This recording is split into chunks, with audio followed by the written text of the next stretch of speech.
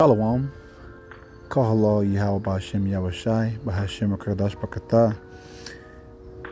I want to give double honors, praises unto the elders, to the apostles, elders, and bishops of Great Millstone. Stay much blessed to the Akim Akwath, listening in truth and sincerity. This is Disciple Aparium, a follower of Great Millstone, and come at you with another lesson in truth and sincerity. So this lesson is going to be titled Recompense Not, Trust the Process. And I want to start out at Proverbs 16, verse 7. It says, before I start, I have the KJV on the left and the NLT on the right. It's a little split screen. Verse 7, when a man's ways please the Lord, he maketh even his enemies to be at peace with him. Okay. Verse 8, better is a little with righteousness than great revenues without right. Okay. Verse 9, I'm going to read this in the NLT to the right hand side. It says, we can make our plans, but the Lord determines our steps. And that right there kind of, just further proves that there is no free will, but that of the will of Yahweh. All right. So next, I want to go to Colossians chapter 4.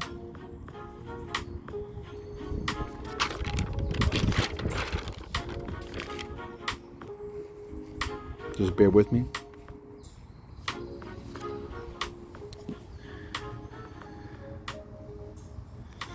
And we're going to start from the top. It says, masters, give unto your servants that which is just and equal, knowing that ye also have a master in heaven. Okay. And yeah, that's, just going to let you know that, we're going to have, servants in the kingdom. All right. But it's to be done in righteousness. Okay. Let's go to James 2 and 13 real quick.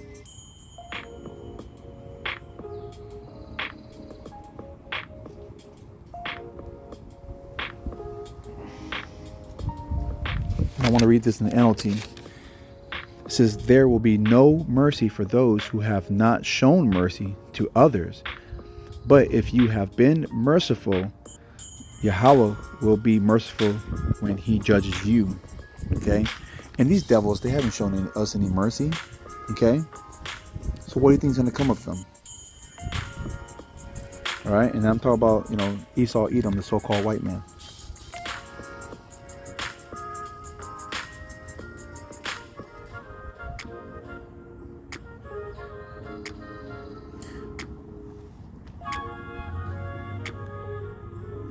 So we're going back to the book of Colossians 4 and verse 2. This says, continue in prayer and watch in the same with thanksgiving.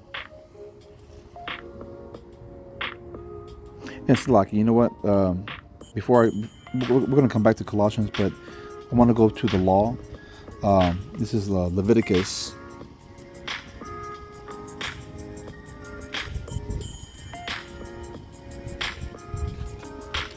25, verse 44, because I want to prove Colossians 4 and 1 real quick, okay? That it was written in the law. So again, this is Leviticus 25. We'll go down to verse 44.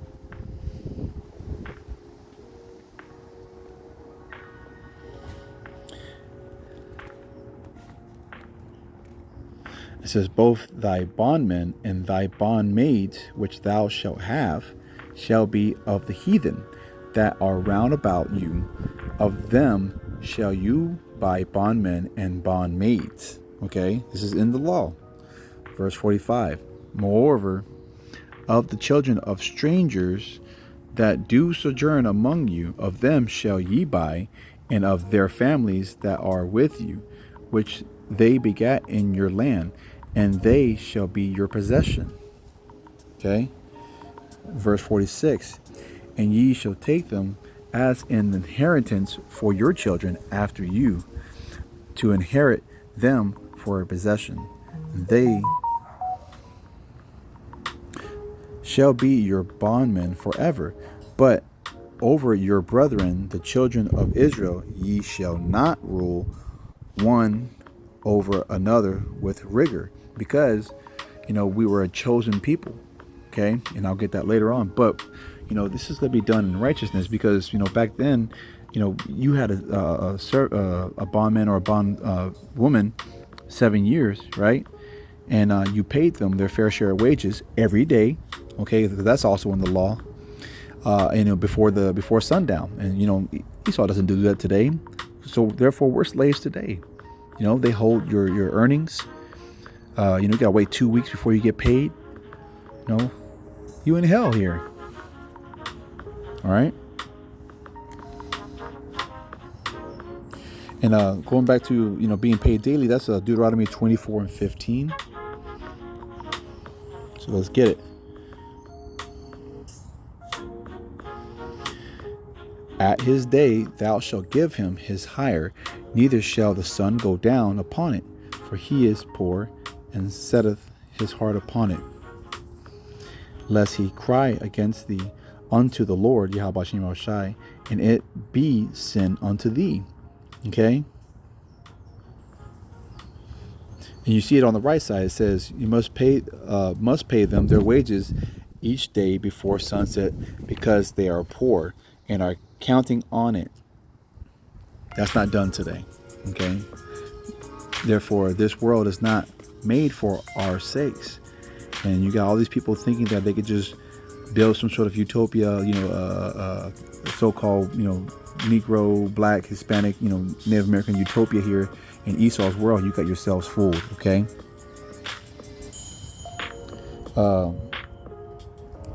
And going back to, let's go to 1 Kings 9:20.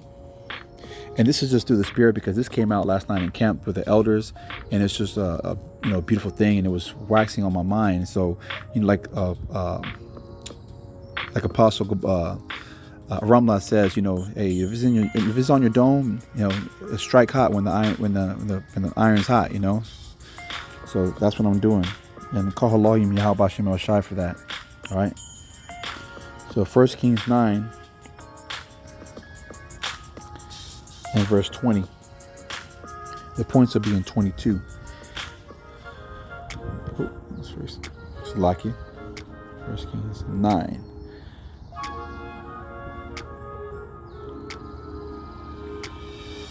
It says that all the people that were left of the Amorites, the Hittites, Perizzites, the Havites, and Jebusites, all the ites, right, which were not of the children of Israel, their children that were left after them in the land, whom the children of Israel also were not able utterly to destroy, upon those did Solomon levy a tribute of bond service unto this day. Okay, and Solomon was a just a ruler, ruled for 40 years. And then through the Spirit, that's Yahweh Shai. Okay. Verse 22. Again, this is just kind of reiterating the point in Leviticus 25 that we read earlier. It says, but the children of Israel did Solomon make no bondmen, right? But they were men of war, and his servants, and his princes, and his captains, and rulers of his chariots, and his horsemen. All right, and then you look on the right-hand side, which is the NLT, okay? It says, but Solomon did not conscript any of the Israelites for forced labor.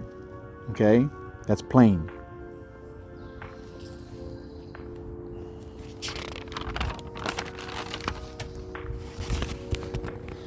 All right. Going back to Colossians chapter 4, verse 2. It says, it's titled An Encouragement for Prayer. It says, continue in prayer and watch in the same with thanksgiving. All right. Verse 3 and 4, it says, withal praying also for us that Yahweh would open unto us a door of utterance to speak the mystery of Christ or Hamashiach, for which I am also in bonds. Verse 4, that I make it manifest and I ought to speak. So this is something that you should pray for, daily, that, in certain times, especially in these hard times that are coming through Jacob's trouble, that, the Lord, give us utterance to speak what is needed to be said, okay? And to discuss Hamashiach, and the thing is, we got to be instant in season and out of season. That's 2 Timothy 4:2. See, it says, preach the word, be instant in season, out of season, reprove, rebuke, exhort with all long suffering and doctrine. Okay, you always got to be ready to speak this truth, but you have to constantly read, be diligent. Okay, it's faith and works, because faith without works is death. Okay, so let's go back to Colossians 4, and this is verse 5. It says, walk in wisdom toward them that are without, redeeming the time. Okay, and that word redeeming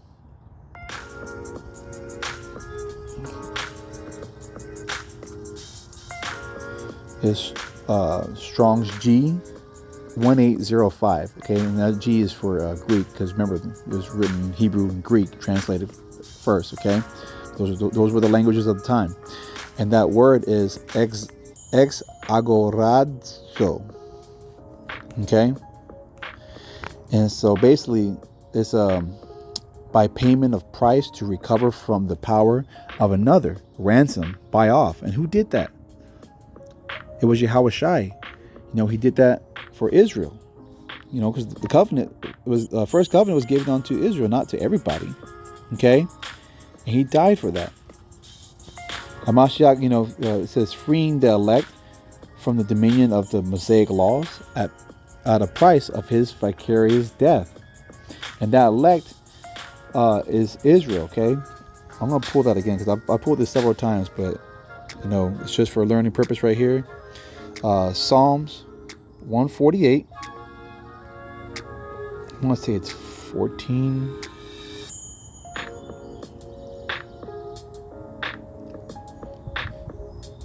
Yeah. Verse 14, he says, he also exalted the horn of his people, the praise of all his saints, even the children of Israel, a people near unto him. Praise ye the Lord. All right, that's not everybody. That's Israel. Okay, but the saints, the elect, all right, those who were there at the beginning when Yahweh gave the decree, okay, to the sons of God. All right, with Yahweh Shai leading the way. All right, the first fruits.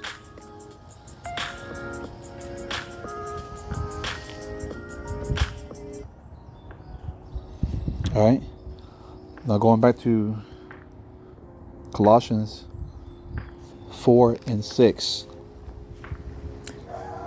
Let your speech be always with grace, seasoned with salt, that ye may know how ye ought to answer every man. And when I was thinking about seasoned with salt, that can't be done, with milk. It'd be bitter, and with milk you're just learning. But what that is relating to, and what I through the Spirit, is through that meat. Okay. And then let's see. In grace, that's that right there is that which affords joy, goodwill, loving kindness. It's a token or proof of grace, a benefit, a gift. All right. But going back with seasoned with salt, let's go to Hebrews chapter 5.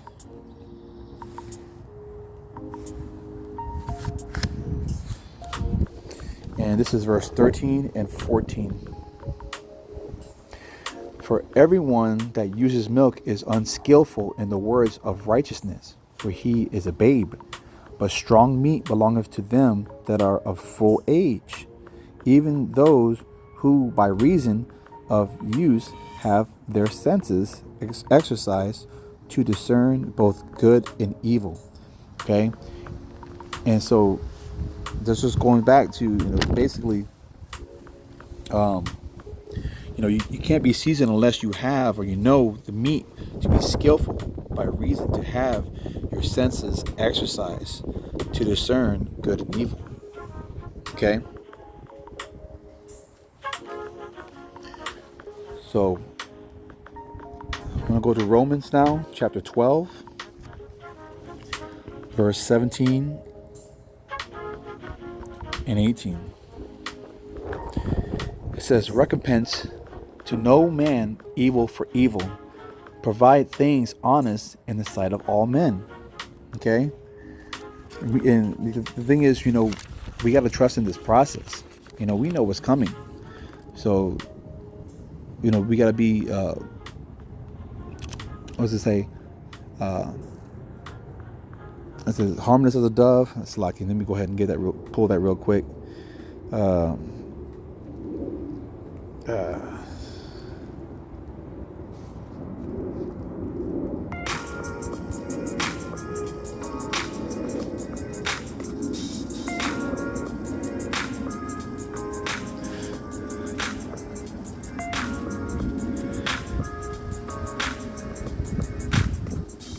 I believe it's Matthew 10 and 16.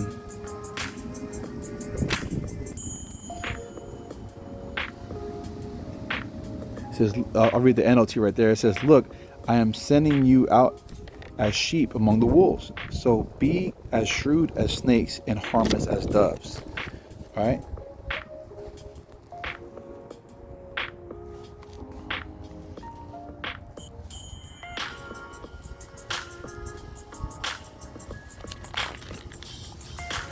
Going back to Romans 12 and 18. "If it be possible, as much as lieth in you, live peaceably among all men." I'm going to finish this out to verse 21. It says, "Dearly beloved, avenge not yourselves, but rather give place unto wrath, for it is written, Vengeance is mine, and I will repay, saith the Lord." All right. Verse 20. "Therefore, if thine enemy hunger, feed him. If he thirst, give him drink. For in so doing, thou shalt heap coals of fire on his head." Okay. Verse 21. "Be not overcome of evil, but overcome evil with good." And so we're not to take anything into our own hands, because we know that this process is coming, and that these curses you see it. They're slowly steadily getting on back to Esau and getting away from Jacob. Okay. And so you also see that the mirth is gone from this place, man. It's not like what it used to be. So with all this and saying, we have to be circumspect, Actium, trust in the process. All right, and don't recompense, not on your own. Okay. And with that, I pray that this lesson was edifying to Akim Akwath. Again, just giving double honors to the apostles, elders, and bishops of Great Millstone, who rule and teach well. It's the water for everything that they do, and continue to do. All right, and we'll be almost out of here. All right. Kwam Yashala, above a ball, Shalom.